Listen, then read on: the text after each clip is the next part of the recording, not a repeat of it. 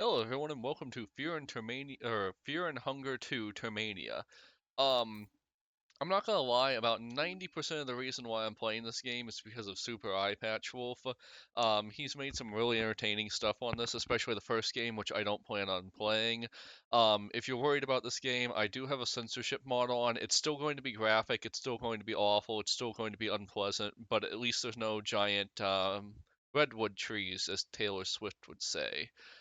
Anyways, this has a very Shin Megami Tensei vibe that I'm really digging, by the way. I don't know. I just love the Shin Megami Tensei vibe of this. Also, apparently you can't even really use your mouse in this for some reason. I don't know. Anyways, get that off the screen, I guess. So let me just check out the characters. I know a little bit about how it starts, but most of what I know is the character who's in a wheelchair has the special buff of if she loses her legs, it's not really a big deal for her, which is an awful thing to say, but that's just the kind of game we're going to be playing today. Anyways, I'm coming off of Look Outside, which is kind of it's a horror RPG that's kind of hard and unfair sometimes, but from what I understand, this one's way worse. So, anyways, picking a character. Journalist, having covered wars, d'etats, I don't know how to say that word right now. Anyways, and other disasters, the journalist picked up various skills that help her survive. Persuasion skills definitely not being last on that list. Thug boxer, life in underground boxing ring has taught the boxer how to deal with opponents barehanded. The boxer excels at close quarters combat. The botanist knowledge covers a wide variety of plants and herbs. She can create mixtures with strong healing properties, or alternatively, she can use her knowledge to create potent poisons. Mm-hmm. Fair enough. Um, Geez, one of these guys is a little different from the others, isn't he? I don't even mean and I don't even mean that in like a racial way. I mean like what's up with the difference in outfits? Like everyone else is kind of like Great War-esque, I guess, and then he's in like this like Middle Eastern garb. Anyways, Yellow Mage. Contrary to other priests' belief, Yellow Mages don't dedicate their lives to worship. Yellow Mages use otherworldly powers only to their own benefit and to further their own agenda. Ooh, that sounds fun. Mechanic. The mechanic is adept at crafting her own makeshift weapons. Oh, that's a girl?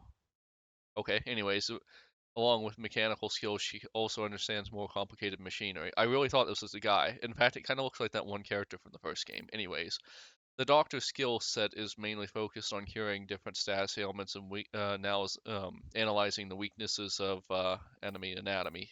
Ugh. Anyways, Occultist. The occultist focuses on the creative use of otherworldly powers. While not as strong or with harmful and offensive skills, her abilities are no less impressive when used properly. So she's the mage, I guess. Ex-soldier. Having fought in war since he was 13, ex-soldier excels at range combat and has great aim with most firearms. I want magic. It was him or the occultist. Osa. We're just gonna leave the names on the default. I don't care that much. Um, Easier. Fear and Hunger. Masso SM. I guess we're gonna go with the middle one. I don't know. It's probably gonna kick my butt. My understanding is this kind of game is you're just supposed to die a lot in the first few runs. Skip the character history? No, give me the full text adventure. I want the full text adventure. The soothing sound of the rail tracks. You are not used to such peaceful and tranquil atmosphere. You can't help but let your mind wander. You reminisce what has led you to this point in your life. You were born and raised in the raging heat of Abyssonia, the continent with a long history embedded with chaos and warring factions. Those fools, the people around you waged wars over ancient disputes and grudges started by long gone ancestors. But that is how it has always been. The people of Abyssonia held ancestors and their spirits on a godlike pedestal, but it's not like it was any better in the north. In the continent of Europa, those fools worshipped ancient deities that none of them had ever even seen with their own eyes, and they certainly had their disputes as well. Great war after another. What's worse, their disputes didn't stay within their borders. They dragged everyone into their mess. They had set their eyes on Abyssonia now because of its strategic positioning in securing an access to oil and other raw materials from the east. It was only a matter of time before their troops would march on your land. You are not going to die because some faithless puppeteers chose to focus their magnifying glass on your home country this time. Despite your young age, really, he's young? Okay, you decided to leave. I kind of thought he was like 20s at least. Your siblings and mother would mourn your departure. They wanted you to have something to remember them by. Take your family chak. Take your father's memento, soulstone. I don't know what chak is, but a soulstone sounds useful. You took the soul stone with you. It was said to hold your father's spirit in it. You had considered yourself as successfully dead inside, not swayed by emotions, but it took a lot of effort to convince yourself that you wouldn't miss your family. You still obviously had weaknesses to weed out. You headed to the city of the sun, Amon, to educate yourself on spiritualism and religion. You were no slouch, you were no slaw? Slouch. I'm just gonna say slouch physically, but you always considered your intellect your true forte. And just like that, you were accepted as an apprentice after some preliminary test. At the same time, news about the Great War closing Absinian borders were all you could talk on the radio. Were all they could talk on the radio. Amon was far from the borders, and it would probably remain safe for a good while, even after a war broke. You figured you'd still have plenty of time to learn at the temple and leave the country before it was too late. At the Temple of Amon, you were given a choice to learn various different schools of spiritualism. Learn of the worship in Europa. Learn magic from Eastern sanctuaries. Learn methods of your home country. I mean, they're all going to give me magic, right? But I kind of want that middle one because it specifically mentions magic. You learn pyromancy trick. Okay. That was good in Dark Souls, we'll see. You were talented and praised for your quick learning at the temple, but that came as no surprise to you. You knew you were smarter than most of these old geezers. They only possessed knowledge you wanted. Once you had that, they served no purpose to you. More time you spent at the temple, more pathetic a priest of Amon started to look in your eyes. Religion in general started to look dubious too after examining how the world functioned. Most religious doctrine were molded to accommodate the current ruling class. Religion was used as a mere tool to control masses more than anything else. Dedicating your life to worship would equal dedicating your life to kings and queens of the time. You had left your home because you didn't want to die fighting someone else's war, so why would you waste your life serving someone else in turn? Around this time, you found an old scroll from one of the many Amon libraries. The scroll mentioned an old sect of magical practitioners originating from the eastern sanctuaries whose worldview seemed more appealing to you. Yellow mages differed from your typical priest. Instead of dedicating their lives to worship, gods existed for them. Their force was to be harnessed to further one's own personal growth and agenda. Instead of finding order from the commandments laid out by the older gods, yellow mages reveled in chaos. Chaos was the natural state of the world. The world would return to time and time again. So why even try and force it to anything else? You quitted the Temple of Amon and decided to head east in pursuit of these yellow mages. You traveled beyond your home continent, ultimately finding yourself in the narrow streets of the eastern sanctuaries. You got acquainted with the local temples. Even they had adopted the worship of Alamir as their main religion. Eastern sanctuaries were no better than the temples of Amon in that regard.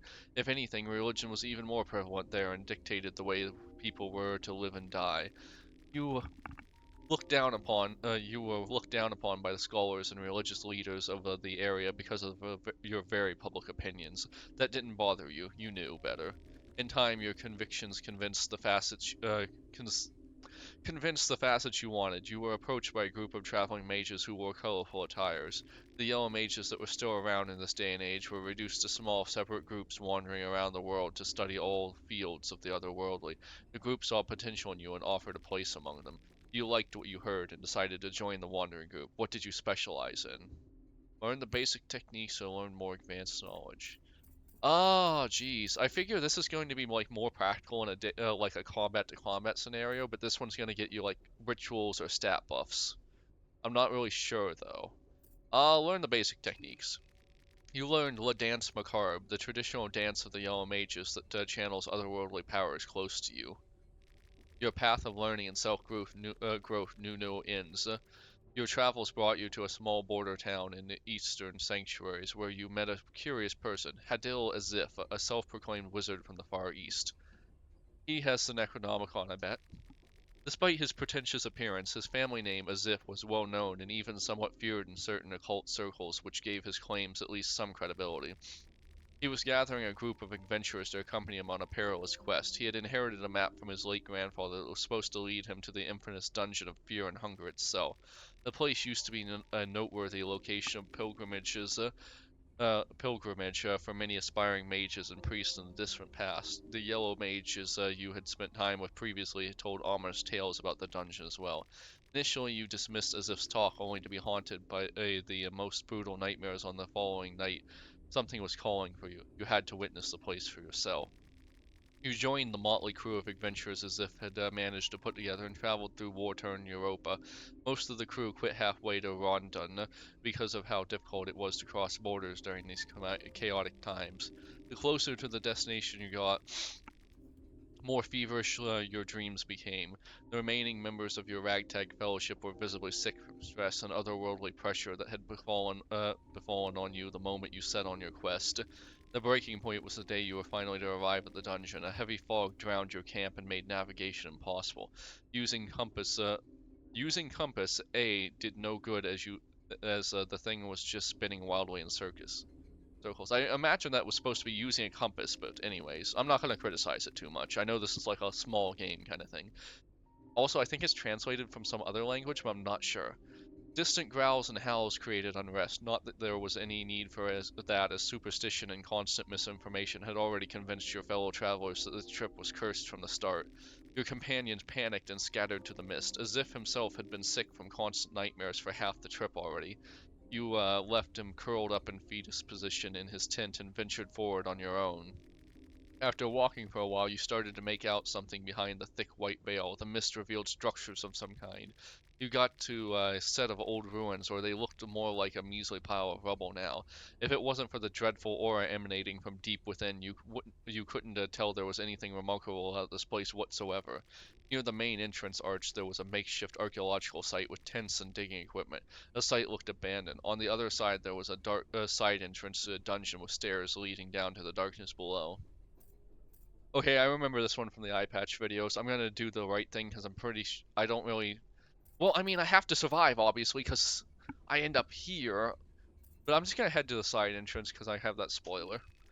Cautiously, you walk down the slippery stairs only to find a cave-in. The hallway had totally collapsed there, and there seemed to be no way around it. Buried under the rubble, there was an old skeleton in a medieval leather armor crushed under a ton of rocks. You didn't want to suffer the same fate with the skeleton, so you turned back. Near the main entrance arch, there was a makeshift archaeological site with okay. Examine the tents. The archaeological site seemed relatively new, maybe a couple years old at tops. There was no sign of people. Whoever had set it up had long abandoned the place. All the documents and reports were written in Bremen, so you couldn't tell what exactly these people were looking for. This might have been just a regular archaeological excursion that stumbled into their certain doom unknowingly. If these truly were the dungeons of fear and hunger, then even in their current state, they would surely swallow unprepared tourist whole. Near the main entrance arch, there was a makeshift archaeological site. Well, okay, head to the main entrance. Kind of got pushed into that. The moment you stepped inside the dungeon walls, you felt immense otherworldly pressure. You understood that the place would drain any normal person to the brink of madness and starvation in a matter of mere hours. You had to be efficient about this. Even if the day was still bright, the darkness seemed to suffocate all light and you could barely see anything ahead of you. You lit up a torch.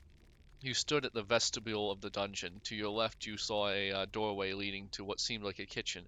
There was a small room with an old wooden furniture in front of you, and to your right, there was a closed door. Check the door.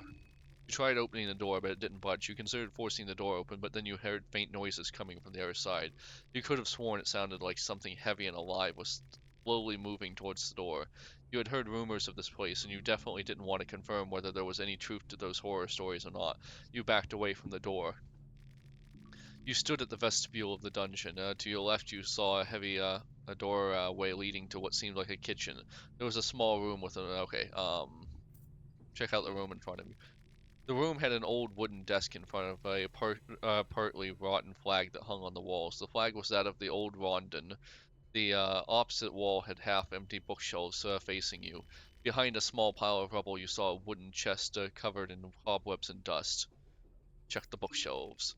The few books that were still left were all in terrible condition. None of them looked interesting, but behind a large encyclopedia of torture, you found an old wine vial. Suddenly, you heard loud banging and screeching coming from the entrance hall. Adrenaline was rushing through you as you ran back to see just what was causing the noise. The closed door was jolting from its hinges. Something big was trying to force its way through the door. Whatever it was created inhuman guttural sounds between its swings at the door. Hide in the kitchen. You quickly waltzed inside the kitchen and pressed against a corner where you thought you could stay hidden while still seeing what you were up against. The door crashed open. You saw a dark silhouette of a gigantic malformed being pushed from the open doorway. The creature made gurgling noises as it slowly wandered to the other room. You used this chance to sneak past the thing to the dark corridor where it first came from. Only the creature had clearly gotten used to the darkness as it sensed you the moment you got out of your hiding spot. You charged to the unknown darkness without a second thought. You ran as fast as you could, creating distance to the malformed beast with each step. You couldn't see much in the darkness, but a door frame that had light shining through its cracks caught your attention. You tackled the door open and stumbled to an overgrown courtyard. Quickly glancing back at the dark corridor, you noticed that the beast was nowhere to be seen. You figured that the last ray of the setting sun still kept it at bay. You took a breather and slowly walked across the yard. The grass had taken a sickly yellowish color, and the setting sun created ominous shadows as its rays hit the lone gallows standing at the center of the enclosure. As you managed to focus your thoughts, you realized that there was an additional voice echoing in your head. Something or someone was calling you from the depths of this forsaken fortress. There was something very curious about this echo. You needed to find its source, not like you had a choice, but to delve deeper as the sun was rapidly setting down, stripping you from the last barrier that kept the murderous beast hiding in the shadows. The courtyard led to another door to the darkness. You pushed forward. You were at the foyer of the dungeon. The hall was large. To your left was a laboratory. To your right was a long corridor leading to total darkness, and before you rose a giant stairway up. Check the stairway. The wide stairways led to an old Almerian sacrificial altar with a skeleton crucified to it. Next to the altar there was a side path leading deeper into the fortress. Examine the altar. The altar was a typical ritual crucifix used to worship Almir, the Ascended One. A sacrifice would be put on the cross, and their blood would slowly be drained for days to come. Traditionally, such rituals were used for protection. Almir would look after the immediate surroundings for as long as the blood was running down the cross. The last sacrifice this cross saw must have been the skeleton. There was no blood dripping from the cross anymore, so no protection from Almir either. Check the side path. The path was a narrow corridor crudely made from misshapen bricks and stones. It looked like the floor had collapsed at certain points, but you were able to hop over the trench with ease. A large room opened up before you. The room stood out with its finer decor, and its floor tiling and its many bookcases covering the walls. The south end corner of the room had a small doorway shrouded in darkness. The north end corner was more dilapidated with its caved-in ceilings and all. Search the bookshelves. Spells! Most of the books that were still left had been growing mold for hundreds of years, but there were a handful of manuscripts that appeared surprisingly new. Skin Bible, Grogorath. Skin Bible, Rear. Skin Bible, Sylvian. Geez, I know these names from when I was watching a Super Eye Patch Wolf, but that was a long time ago, so I don't remember. I think Grogorath is like, like a mad god all-consuming, so let's read about him. You got Skin Bible, Gogoroth. The manuscripts all seem to be part of a bigger compilation, and you would have loved to have all of them with you, but you had a job to do, and you couldn't burden yourself with too much extra luggage. A large room opened up before you. The room stood out with its finer decor, spiraling floor tile. Okay. Uh-huh. Check the doorway. Your torch slowly lit up the small room and revealed a wooden vest with drawers, a carpet that was from the Eastern sanctuaries, judging by its patterns, and a partly eaten corpse that seemed to be part of the archaeological expedition. Search the desk. The desk was trashed. Someone had searched it already. Most of the valuables had been looted. Had been looted long time ago already. Opening it. Some of this is me being an idiot and not being able to speak. Some of this is the text genuinely being a bit jumpy. Anyways, opening a drawer revealed only old and dusty letters of no importance. The bottom drawer, however, seemed to be stuck. Force it open. You kicked the drawer a few times and managed to force it open. A lucky coin rolled out. Oh, I think I used these to save. Faint whining and moaning could be heard from the partly eaten archaeologist. The corpse was trying to get on his feet. As it stumbled up, a group of keys fell from his lap. You picked up prison keys. Slowly, one step at a time, the ghoul approached you with his mouth stretched unnaturally open. Attack it with your staff. Cast hurting on it. Ignore it. Hurt it. Wait, no, no, no. No, can I go back? Shoot. You finished your chant and focused all your hatred and fury on a concentrated spot on the ghoul's soft torso. Like a vortex, the energy tore the archaeologist's skin and rotten meat and left a gaping hole in its place. To your surprise, the ghoul kept on advancing towards you as if nothing had happened. I think I wasted one of those coins. I only get so many of them. I think I had one and then I got the other lucky coin and I just wasted it. You had never faced a living dead before, and it seemed like the traditional means of harm had very little impact on someone who felt no pain or fear. You backed away from the room, yet the ghoul kept on following you. You cautiously hopped over the collapsed floor in the corridor leading up to the library. The creature was not as agile and instead face-planted on the ground as it tripped on the rebel. The ghoul was waist deep in the trench, unable to climb back up. Desperately, he tried reaching out for you with his blood-soaked hands. The whines and growls turned into agitated shrieks as it furiously tried to snatch at you. It looked like the creature was stuck. You figured you'd best just leave this area for now and explore elsewhere. You were at the foyer of the dungeon. That was a stairway. I guess we're gonna go up the dark corridor. Your torch slowly pushed away the darkness as you advanced towards the unknown. The further you got, the stronger the echo inside your head became. You couldn't make out the words clearly, but this was definitely the right direction to head.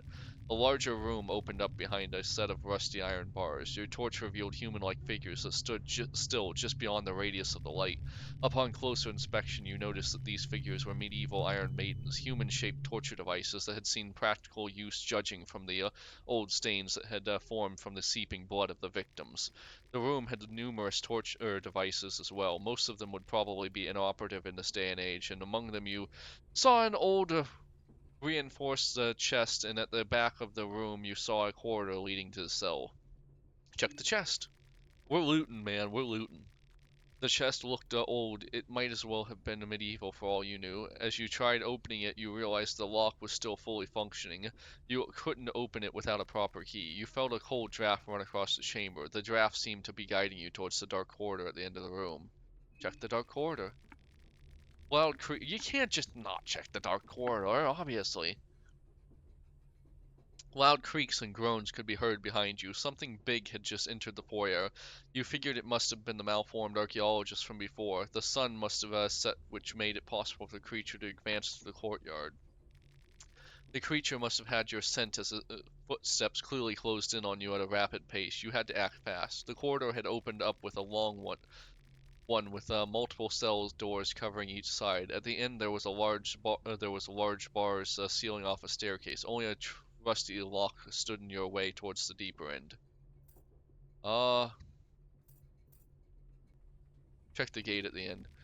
You heard the creature trash the nearby torture chamber. He was right on your heels. You couldn't see him in the darkness, but you could sense his intense hatred homing in on you. The gate was locked with a reinforced lock. You tried to remain cool as you hoped for the prison key to work.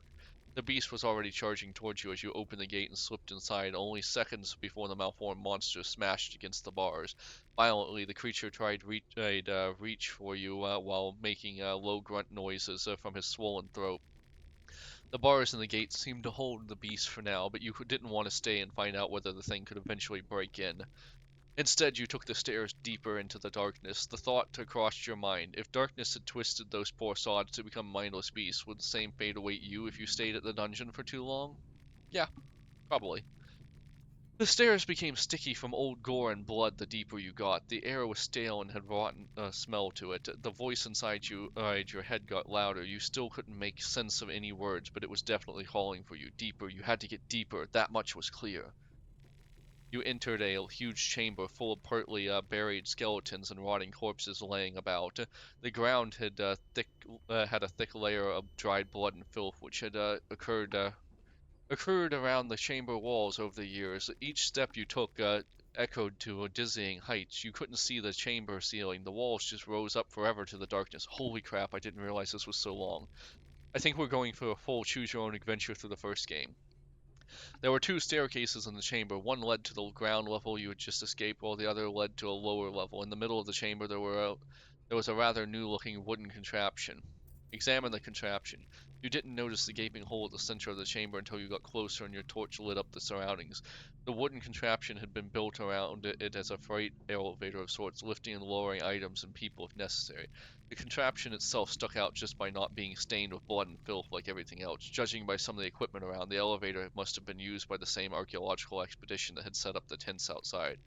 You could have used the contraption yourself too if you had some rope with you. Well, I probably could have found some rope, huh?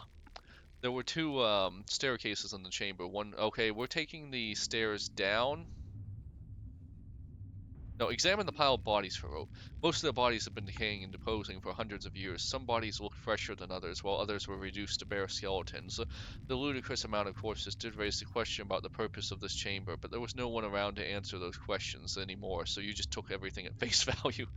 There were two. Okay, so we're taking the down.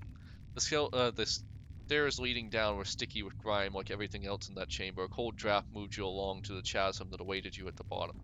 A giant underground ravine opened up before you. Even your torch couldn't properly light up the area. There were iron grid platforms suspended above a seemingly bottomless chasm. The platforms were mounted on cavern walls and linked together with a shaky-looking bridge. The side you were on had a few individual prison cells in a row. What waited on the other side of the bridge was shrouded in darkness. Walk over the bridge. You cautiously walk up the bridge. Just putting some weight on the thing caused a couple of nuts and bolts fall down. Two fall down to the endless depths. You braved across. The bridge felt like it was about to collapse at any moment, but somehow it remained together. The other side of the ravine was more or less identical to the one where you just came. There were three cells in a row. At the end of the platform, there was a corridor leading away from the ravine back to solid ground. Check the prison cells. All the cells were locked. One cell in particular caught your attention. There was a huge naked creature inside. Its features looked human, but the person must have been at least 2.5 meters tall, if not more. The upper body of the thing was surrounded in darkness. For a moment you thought the creature was still breathing, but you figured it must have been just a flickering torch creating illusions, surely. You walked away as quietly as possible regardless. There were three cells at the end of the platform. Go to the corridor. The corridor took you to a small intersection. To your left, there was a doorway to a small room, and to your right, the corridor continued deeper to the darkness. Check back on the chasm, check the small room. Head deeper into darkness. The darkness! You torch. We torch. I torch. They torch. Your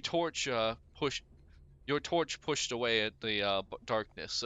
The dancing light flickered on a lone skeleton chained on the wall. The corridor circled back to the greater chasm and its suspended platforms. The gridiron bridge connecting the two sides had completely collapsed on this end of the ravine.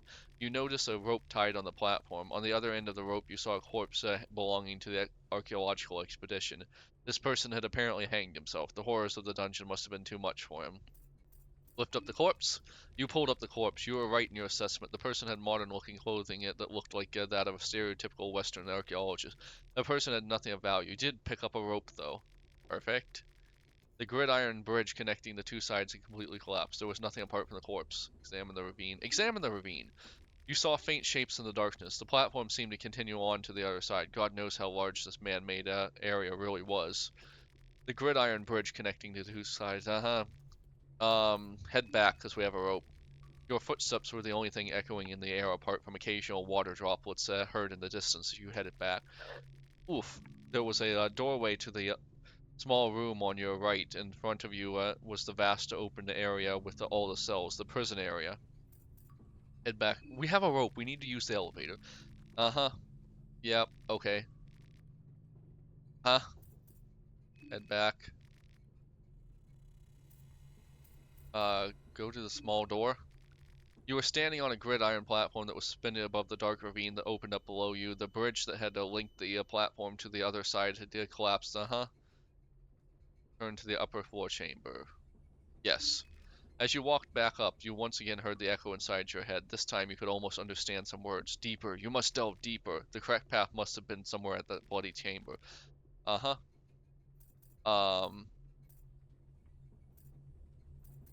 Take the stairs up. I think that's where the bloody chamber was? I'm not sure. I'm lost. Okay, everyone, like, comment, subscribe. I'll be finishing the tutorial in the next episode because, wow, this is a long one. Bye.